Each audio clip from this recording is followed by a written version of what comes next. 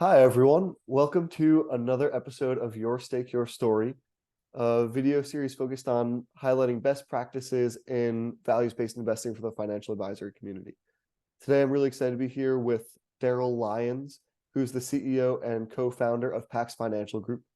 Darryl's the author of 4 books, including the recently released Biblically Responsible Investing, and actually started an international nonprofit, is very active in the community and has 4 kids. So Darryl, really happy to have you on today. Yeah, And thank you. thanks so much for joining. Yeah, for sure. Happy to be here. Cool. So what I always love to ask as the first question is, tell me about your journey. How'd you start PAX? Why'd you start PAX? And where is it today? Yeah, for sure. We have 25 employees and we manage about 700 million. And then the way it got started was when I was in high school, we had struggled with money. And so I was edging the skirting of our mobile home. And if you get too close to the skirting, you crack it, a little white skirting. And so I just thought, how do people have houses with foundations? And I just became curious about money. Yeah. The One of my high school friends, they had a real nice thick foundation and he was a banker. And I thought, well, I guess that's the ticket to have a house foundation was to be a banker. So I went to college and worked at a bank. That's how I paid my way through school. Bank of America was really good to me, and got a degree in accounting, another one in finance. Ended up studying. I ended up getting a master's of jurisprudence through Texas A&M Law School, but just really became passionately curious about money. Worked at a big firm and was really on a path to probably be in Brooklyn or New York or or somewhere. I Yeah. wasn't going to be in San Antonio. I knew that path that you could see the path, and Yep. so I just this is home for me. And so when I met my wife, about I don't know 5 or 6 years into that career path, we transitioned out. I ran into a couple guys and we kind of like the idea of being independent from a large manufacturer of products, and Hmm. we felt that there was just these conflicting battles that existed that you were always kind of up against. The other thing that kind of helped us a lot is this guy from Nashville. He's a syndicated talk show host. He really liked us a lot, and so he was just getting started. So he endorsed us. His name was Dave Ramsey, and Yeah. he just was tailwind to us, and so we were seeing a lot of people for a long time. And that was just a high volume, lots of people, really awesome salts of the earth people that we were helping. I bought out Andres because he went to go work with Dave Hmm. very amicably. And then we've then started, since then, we're not in his program anymore, but we've started to kind of create our own identity and kind of reinvent ourselves in a lot of ways. And we dropped our sevens and all that, and so now we're just in the RIA space, and we like that. We feel there's just some peculiar things about that FINRA regulation that sometimes just got on my nerves. And so now I spend time in a complete CEO role. I don't have any clients anymore, which was a real challenging transition. I did it, some of the wrong ways, and Mm. but we got there, and so now I can provide leadership and vision and strategy, and then just kind of still developing the organization, but we really got a good solid group of people. I've got a president. She runs the organization from an operations and execution of strategy.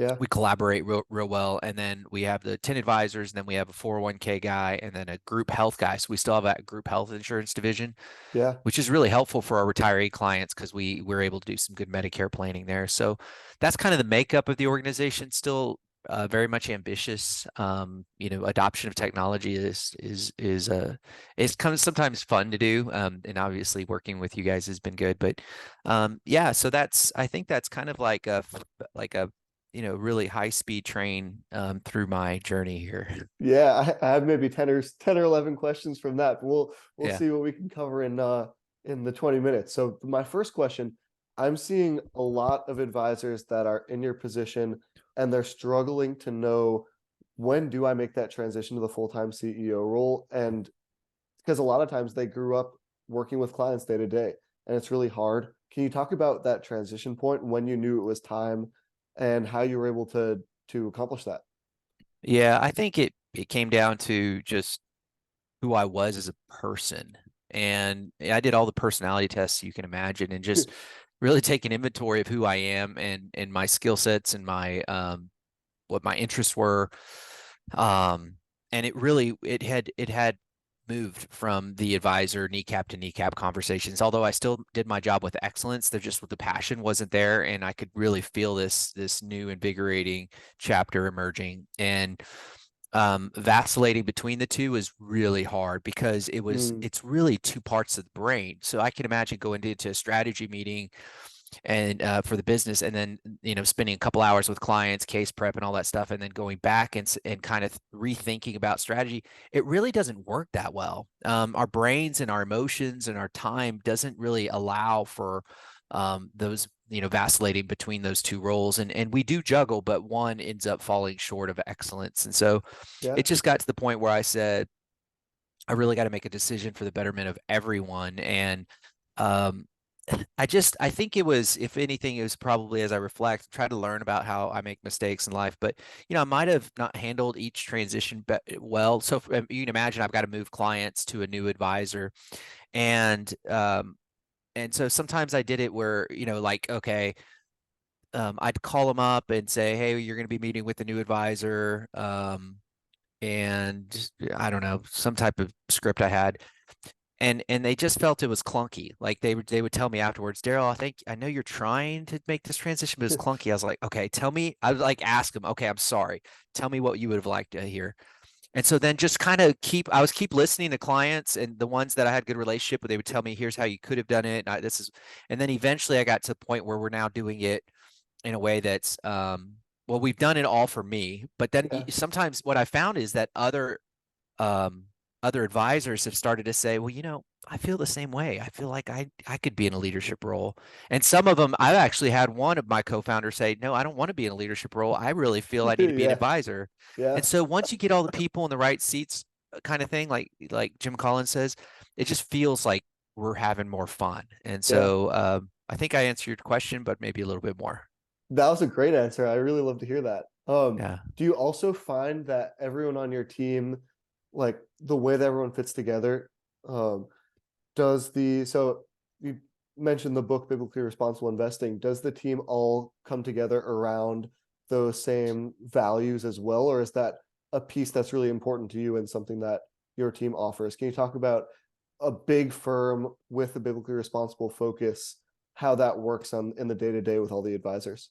Yeah, we're a little unique in that regard. So the way we think about it is we're fiduciaries who honor Judeo-Christian values. So it's very important for us to have excellence in the professional work that we do. Hmm. So sometimes in the faith-based space, some of the products that are in the market haven't quite caught up to the secular market.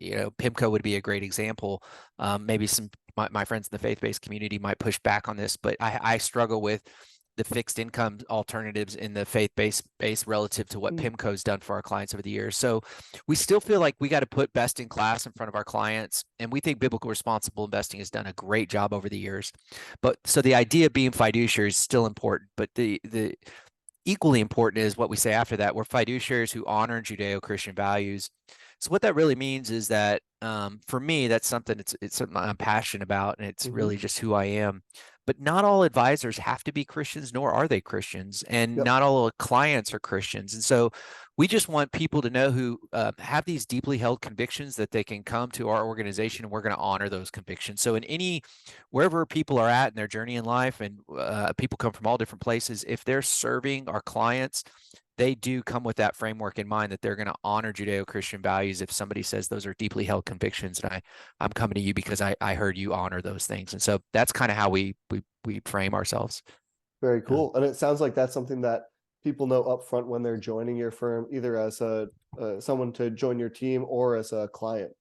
Yeah, the irony is one of the things, one of the 10 commandments is not using the Lord's name in vain. And so a lot of times we think about that as using GD in your language, you know what I mean? And so, Hmm. but really, from what I think about is using God's name in such a way that you're trying to be selfishly ambitious, and so you're trying to Hmm. go out there and put a fish on a card and then kind of screw people, for lack of a better word. So I was real hesitant about going this route because of that idea behind it. And but the reason I'm going to answer your question directly is because since we've done this, I can't tell you how many people are attracted and employees are attracted. So not only Interesting. do they know what we're doing, like that's set up front, they're actually like, yes, that's what I want. And the polarization of America doesn't necessarily hurt that cause. They're looking, a lot of people are saying, I want to do business with people who think about me and the deeply held values that are important to me. Yeah, that makes a lot of sense. And can you Yeah. talk about how, so CEO roles, no longer doing the meetings directly with clients, but you've written the 4 books and you've also done this international nonprofit. Can you talk about, I mean, first, the inspiration behind those, what's actually going on, and also how that fits in to the work that you do with your firm, or if that's more on the personal side? Yes. So yeah, on the books and the international nonprofit, I could speak to both of those, I guess. Hmm. And I think I'm trying to make sure I don't misunderstand your question. Can you restate it just so I get it right? Yeah, I'm just wondering if that is part of what you see as your responsibility and mission with PAX, or if that's something that you see as separate, as something that you're just doing as a passionate individual. Oh, yeah, good question. Yeah, so first of all, it's probably a substitute for golf, because I don't play golf. So I do enjoy writing. It's a way for me to express ideas and really crystallize thoughts. Hmm. It just helps me think critically. And so I've really always been a writer, and Yeah. I've gotten better over the years. You know, grammar is one thing, writing is another. Writing a way you express your ideas and formulate your thoughts. But you know, I do it because there's an alignment between my occupation. The reality is this, like the effort it takes to write a book and get it published and all that stuff. It you know, it would be tough to do it just as a passion project and just as a so and books, you know, books you don't make any money on books, really. I mean, you could, but it's really not material. It's really designed. It's all of the content that I create is really designed um, standalone. It's designed to just um, give people direction. So I always think about, okay, if they never hear of PAX, will this content make them a better person? And I have conviction that's true. But my hope is that then they, of course, are attracted to our organization. So there's some Hmm. intentionality behind that that's not lost when I first start writing. And then Hmm. the international nonprofit was really just serendipitous in a lot of ways. I bumped into a few people, a guy who is an NBA Hall of Famer, and a guy who is a missionary in Moldova and Hmm. Ukraine. And he's the real brainchild behind it. His name's Nikolai Marari. Hmm. And getting kids off the streets and onto the basketball court, teaching them about God and leadership and Hmm. giving them hope. And so we've done a lot there. And obviously, since the war in Ukraine, that's been Yeah. elevated. And so they're very important to my whole family's lives. They've made me a better person just being part of that organization. And so Wow. really proud to help get that off the ground. And I'm not on the board anymore, but I still play a role in doing what I can. And so it's really all centered around basketball. So and they're starting to Wow. compete at an international level. We're getting some pretty good athletes out of there. I hope one day we'll have somebody in the NBA that once wore the Admirals jersey. That would be really cool. That is And awesome. so yeah, that's fun. Wow. And so a couple questions. First, is it a former Spur, or is there some conflict there? No, no, it's David Robinson. Okay, Yeah, yeah. yeah, That yeah, was my guess based on yeah, putting the context clues together. yeah. Um, very cool. And then is that something that your clients are also either participating in or they're aware of, and able to contribute to? Yeah, so I'm glad you asked that question because all the advisors, one of the requirements of the organization is that they all serve on a nonprofit board. Wow.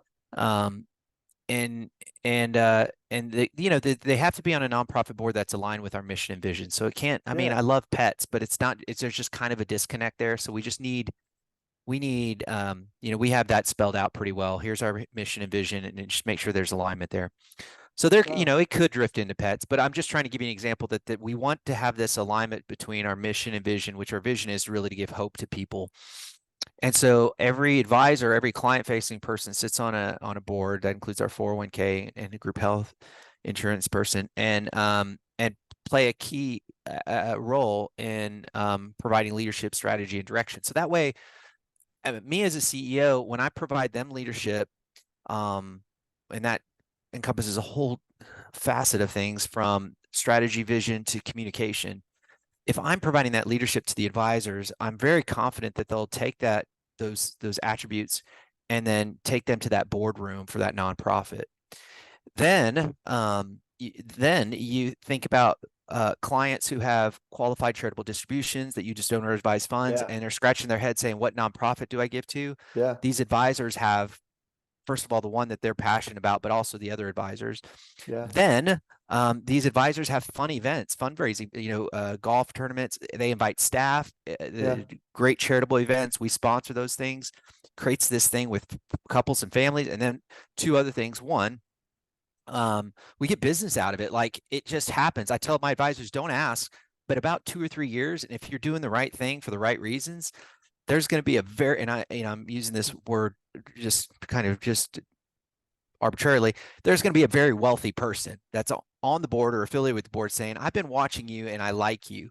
And that happens too. So it's just like a win-win-win for everyone. And so it's just mission alignment. It's being involved in the community. It's being around good people. And so it's not only, to answer your question, it's not only our community knowing about the admirals, which we've done a lot of work and everyone knows about, but it's also these other nonprofits that are really important in our backyard.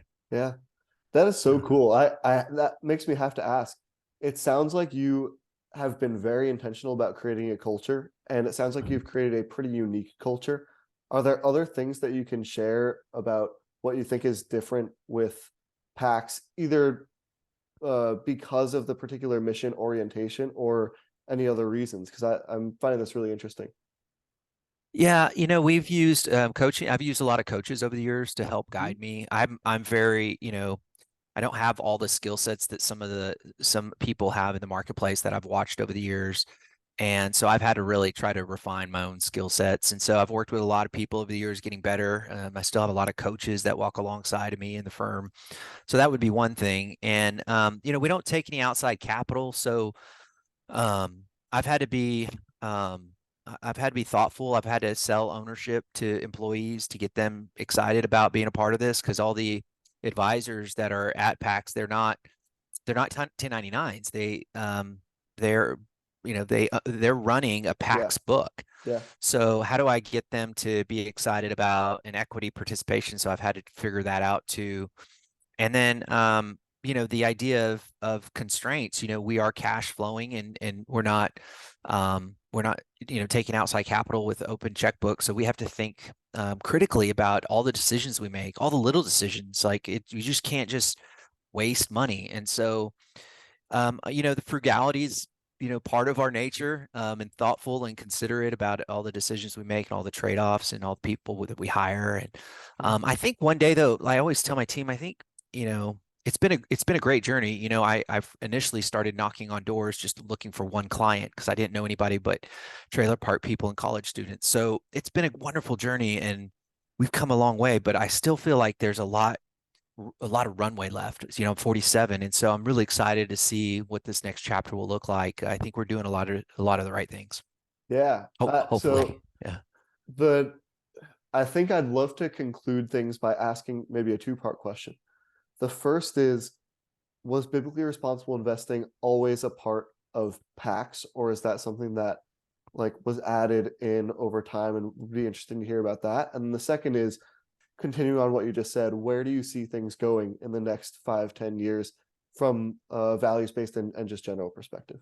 Okay. How much time do I have? 4 minutes. Okay, yeah, I'll hammer this out. So biblical responsible investing was not a part of it.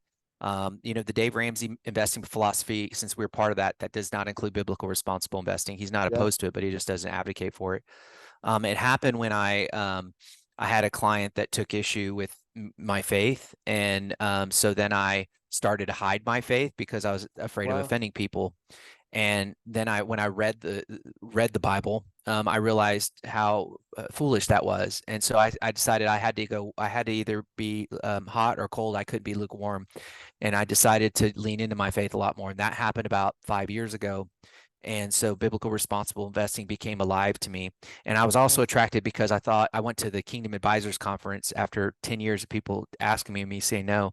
And I just was impressed with the academic vigor of the curriculum. I discounted that. I thought it was I thought it was less than, and I was really impressed. And so I started in 99. I just came into this faith-based planning world, and it's been wonderful, but that just happened 5 years ago. Yeah. Um, the future of it is really exciting because I think people are starting to think deeply about connecting their investments with their values. Obviously, it's a differentiator in the marketplace, but we're seeing it all across the board, and you've seen it with ESG quite a bit. And I don't know if it's going away anytime soon. So I'm excited about the role that we can play in values-based investing, and working with firms like yours to have the tools that can make some of these complex thoughts kind of come alive with technology is really important to us. And so we have a lot of confidence in the values-based space going forward. Yeah. Wow. Darryl, thank you so much for your time. This was an incredible conversation. Do you have any final things that you want to share? No. Talk about your book, maybe that just Oh came yeah, out. yeah. That biblical responsible investing is a real quick read. It's 100 and some odd pages. I initially wrote it for an ulterior motive to try to convince some corporate executives to consider this marketplace. But as I revived the content, I thought this was really good content for the consumer. So it'll just kind of really easily, in a non-threatening way, lay out the framework for thinking deeply about integrating your faith with your financial decisions. Amazing. Hey, well, thank you again for your time. Yeah, thank you. Appreciate it, Gabe.